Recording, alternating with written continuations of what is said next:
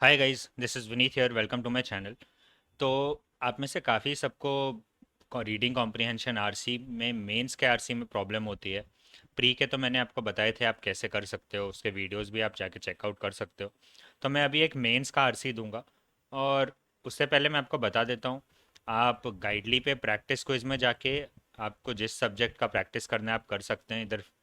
ये फ्री है पूरा टोटली। तो आप इस पे आपको काफ़ी टॉपिक्स मिल जाएंगे, आपको ढूंढना पड़ेगा बस। अदरवाइज जिनका गाइडली बंडल है वो तो गाइडली बंडल से कर ही रहे होंगे। तो इसमें बेसिकली गाइडली बंडल के भी क्वेश्चंस रहते ही है।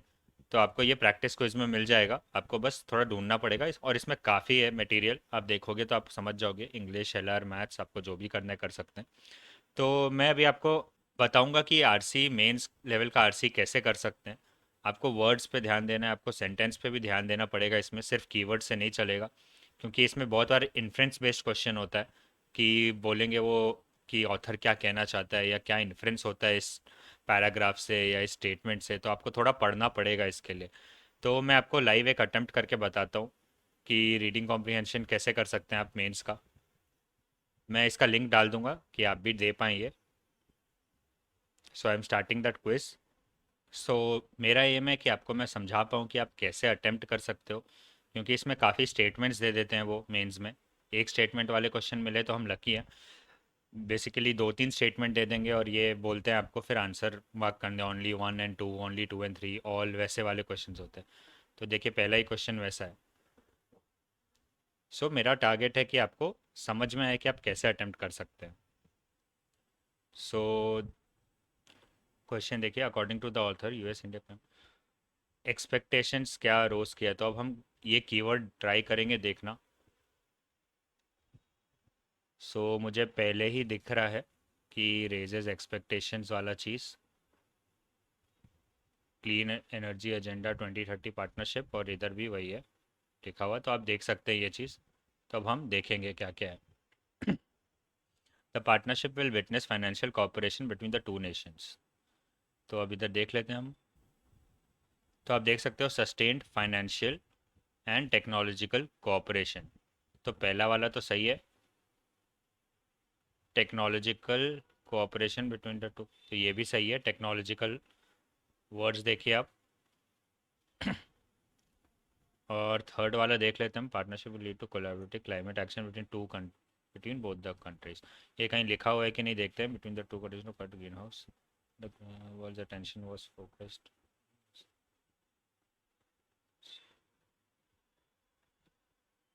ठीक है, तो बस आई थिंक इतना ही होगा, वन और टू ही होगा आंसर। बिकॉज थ्री का तो कुछ इधर मेंशनड है नहीं। So the answer would be one and two, three का क्योंकि कुछ मेंशन दिख नहीं रहा है। ठीक है, so both one and two. अब ये देख लेते हैं, वो which of the following statements can be inferred from the first para. तो देखिए अब ये फर्स्ट पैरा है, अभी हमें थोड़ा पढ़ना पड़ेगा। ठीक है। The leader summit on climate aimed at nations having the highest carbon emissions. Leader summit देखिए मुझे ये दिख गया। On climate organise world's attention was focused on countries responsible for the highest carbon emissions. तो पहला वाला सही है। तो अब देखिए ये ऑप्शन चेक करने का ज़रूरत नहीं है, पहला वाला सही है। तो अब हम देख सकते हैं एक ऑप्शन ऐसा है, तो हम बस थर्ड वाला चेक कर लेंगे, अदरवाइज पहला आंसर हो जाएगा। तो ये देख लेते हैं, India ranks third behind the US and China although its per capita CO2 emissions are less than 60%। Per capita of India is less than, तो ये भी सही है। तो ये भी आंसर हमें मिल गया, बोथ ए एंड सी। ठीक है, अब ये देख लेते हैं, विच of the following statement correctly mention the conflict of ideas between internal energy agency and president Biden.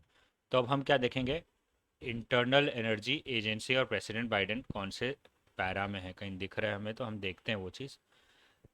ये इंटरनल एनर्जी एजेंसी,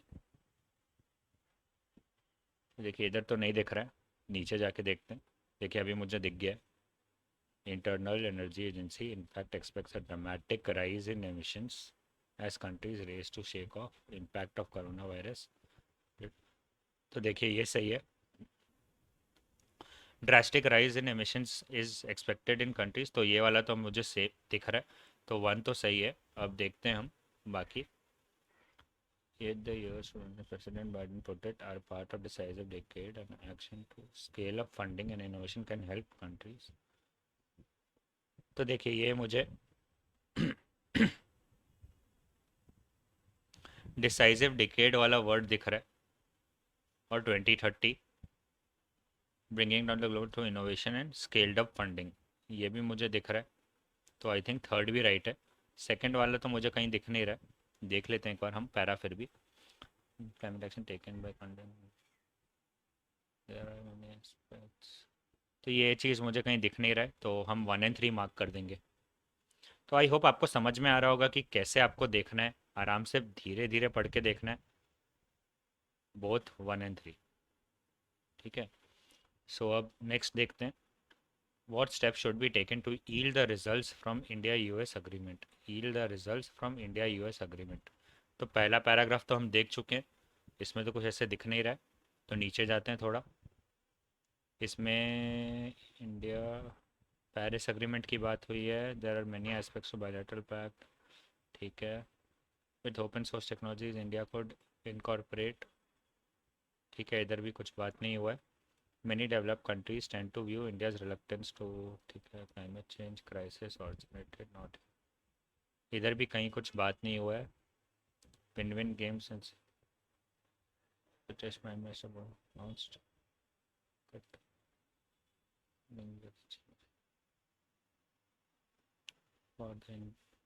ये मिल गया मुझे। अब देख सकते हो, for the India US agreement to yield results mister Biden would have to persuade industry and research institutions. तो ये सही है। At home to shore knowledge and subsidise transfer of technologies. ठीक है, तो ये भी सही है। सब्सिडाइजेशन ऑफ टेक्नोलॉजीज मुझे दिख रहा है। अब he has won commendation for selling, but much of his climate effort of Biden will rely on executive authority and not on, तो ये भी देख लेते हैं, will rely on executive authority rather than bipartisan support, तो ये भी सही है। अब हम ऑप्शंस देख लेते हैं। 1, 3, 4 तो सही दिख रहा है, तो किसी ऑप्शन में ऐसे दिया नहीं है 1, 3, 4, तो ऑल ऑफ द अबव ही होगा, है ना, क्योंकि 1, 3 और 4 राइट हो गया तो 2 भी राइट ही होगा। देखिए ये भी दिख गया है मुझे, with political will on both sides the engagements with India can become a model, तो ये भी राइट, चारों ही राइट है। ठीक है, so answer all of the above. I hope आपको समझ में आ रहा होगा कैसे करना है। अब देखिए क्या पूछा है, which of the following is the most opposite in meaning to the word recalcitrance. देखिए मुझे रिकैल्सिट्रेंस का मीनिंग तो एग्जैक्ट मतलब पता नहीं है, बट हम देखते हैं, अपोजिट ढूंढना है। मीनिंग का ये सेंटेंस का मीनिंग समझते हैं। Many developed countries tend to view India's reluctance to commit to a net zero emission target as recalcitrance, मतलब रेजिस्टेंट जैसा कुछ लग रहा है कि इंडिया रेजिस्टेंट है अभी भी कोई टारगेट देने से, मतलब दे नहीं पा रहा है। तो अगर हम देखें तो अपोजिट पूछा है, तो ये मुझे सिनोनियम टाइप लग रहा है। तो अगर देखें हम तो नॉन कंप्लायंट, रेजिस्टेंट, ऑब्स्टिनेट, ये सब सिनोनियम्स है, ये सब ऑलमोस्ट सेम मीनिंग्स ही है। तो इंट्रांसिडेंट तो एक कोऑपरेटिव ही लग रहा है, जो मुझे अपोजिट लग रहा है, क्योंकि इंडिया कोऑपरेटिव नहीं है। इनका मतलब है, इस सेंटेंस का मतलब है बोलने में कि इंडिया एक टारगेट देने में कोऑपरेट नहीं कर पा रहा है। तो अपोजिट जो होगा रेजिस्टेंट रिकैल्सिट्रेंस का, आई थिंक कोऑपरेटिव ही होगा, तो हम कोऑपरेटिव मार्क कर देंगे। अब देख लेते हैं, फिलअप बोला है इन्हें, blank 2। This is a win-win game since it would aid sustainability, boost employment, clean up the environment, and crucially help all countries emerge. Pedal healthier, ठीक है, पैंडेमिक से हेल्दियर कैसे एमर्ज करेंगे, ये सब होगा तो हेल्दियर एमर्ज करेंगे। तो ये इजी था, रहते हैं इजी क्वेश्चंस भी। अब देखिए, ये वाले सेंटेंस में एरर मार्क करना है। India could incorporate innovative materials and processes to decarbonize industry, transport and buildings.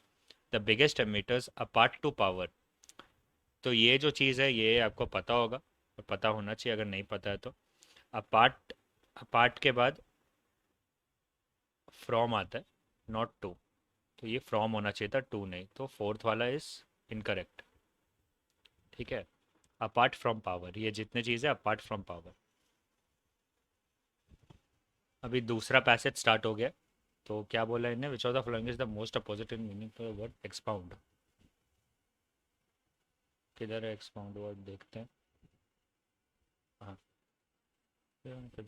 where he expounds his religious philosophy of transcendence। expounds मतलब कुछ मुझे लग रहा है डिफाइन करना,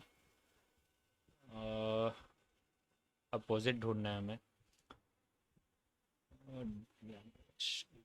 ये मैं श्योर नहीं हूँ तो मैं स्किप कर रहा हूँ अभी के लिए, मार्क फॉर रिव्यू कर देते हैं, बाद में देख लेंगे। विच of the following words fit in the blank given in the passage. The effect of those last two books was so dash that John Smith named as one of the great British philosophers of the age। तो क्या होगा वो, सो impressive ही होगा, तभी उसको one of the great philosophers बोला John Stuart Mill ने।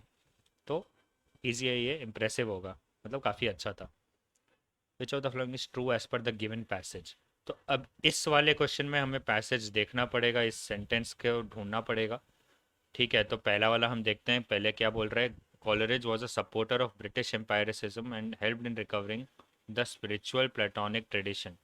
तो अब हमें क्या देखना है, अब हमें ये कीवर्ड देखना है, ये चेक करेंगे हम किधर आ रहा है, एंड ये वाला चेक करेंगे किधर आ रहा है, स्पिरिचुअल प्लेटोनिक ट्रेडिशन। सो देखते हैं हम नीचे जाके। 19 decades following his death, the equal set out, ये बुक के नाम, ये उनके काम काम के बारे में बोला है। ठीक है, फर्स्ट पैराग्राफ में तो कुछ दिख नहीं रहा है। His thinking was also at the root of the broad church to fragmentous. Yet philosophical fortunes changed the almost total eclipse of the scheduling with the regime saw general decline. His philosophy language was okay। इधर भी कहीं दिख नहीं रहा है वो keywords हमें जो देखना है।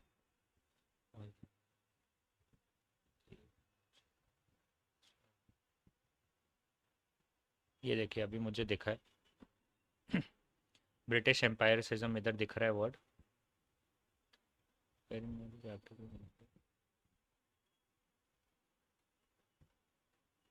सो ये मुझे दिख रहा है very much at odds. Odds मतलब उनका आइडियाज मैच नहीं करता था, उनके जो आइडियाज थे that did not match the British empiricism. So इससे मुझे पता चल रहा है कि Coleridge was not a supporter, क्योंकि ये एट ऑड्स बोल रहा है, वेरी मच एट ऑड्स। ठीक है, तो पहला वाला तो ट्रू नहीं है। तो अब हम अगर देखेंगे तो पहला वाला एलिमिनेट अगर मैं कर दूं तो ये नहीं हो सकता, ये नहीं हो सकता, तो अब हमें ये दोनों बस चेक करना है। तो देखते हैं। Samuel Taylor Coleridge was a well-known poet but a less known philosopher। Jeremy Bentham were of similar, ये मैंने देखा ऊपर था आई थिंक। जेरेमी, हाँ, तो देखिए जेरेमी बेंथम का इधर बात हुआ है, इधर ये जो सेंटेंस है जेरेमी बेंथम का इधर बात हुआ है। तो अब सेंटेंस पढ़ते हैं। As one of the other being Jeremy Bentham Coleridge's polar opposite. तो ये सिमिलर ओपिनियन नहीं था, दोनों का डिफरेंट ओपिनियंस था। तो इससे मुझे पता चल रहा है कि ये भी नहीं होगा, तो थ्री भी नहीं होगा, तो अब हमें बस टू चेक करना है। तो हम ये चेक करते हैं, तो वन और थ्री तो नहीं होगा। ठीक है, तो अब नीचे देख लेते हैं हम थोड़ा।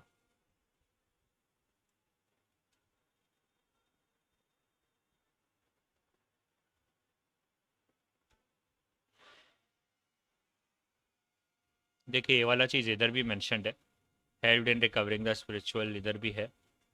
Coleridge rallied at the spiritual Platonic tradition to oppose the philosophies of empiricists। तो इधर से भी पता चल रहा है कि ये ट्रू नहीं है। ठीक है, तो नीचे तो कुछ दिया नहीं है सेकंड सेंटेंस के लिए, तो अब हम ऊपर चेक करेंगे वापस से। Stands tall in the cultural pantheon for his poetry. It's less well known that in his own canonical poet had an equal reputation बोला है। ठीक है, तो ये लिखा है equal reputation as a philosopher was a but a lesser known philosopher नहीं बोल सकते। equal reputation था, मतलब पोएट फिलोसोफर दोनों ही इक्वल थे। ठीक है, सो नन ऑफ द अबव लग रहा है ट्रू, सब फॉल्स स्टेटमेंट्स है। Which of the following describes the quality of Samuel Taylor Coleridge as per the passage? ये हम थोड़ा बाद में देख लेते हैं, पहले बाकी देख लेते हैं। What is the author's motive behind writing the third paragraph of the given passage? तो हम थर्ड पैराग्राफ पढ़ेंगे। Yet philosophical fortunes change. The almost total eclipse of beauty by the rise of analytical philosophy saw a general decline in Coleridge's philosophy. His philosophy languished while his words rose. Coleridge's poetry resonated with the general philosophy. More plastic with today Coleridge is far more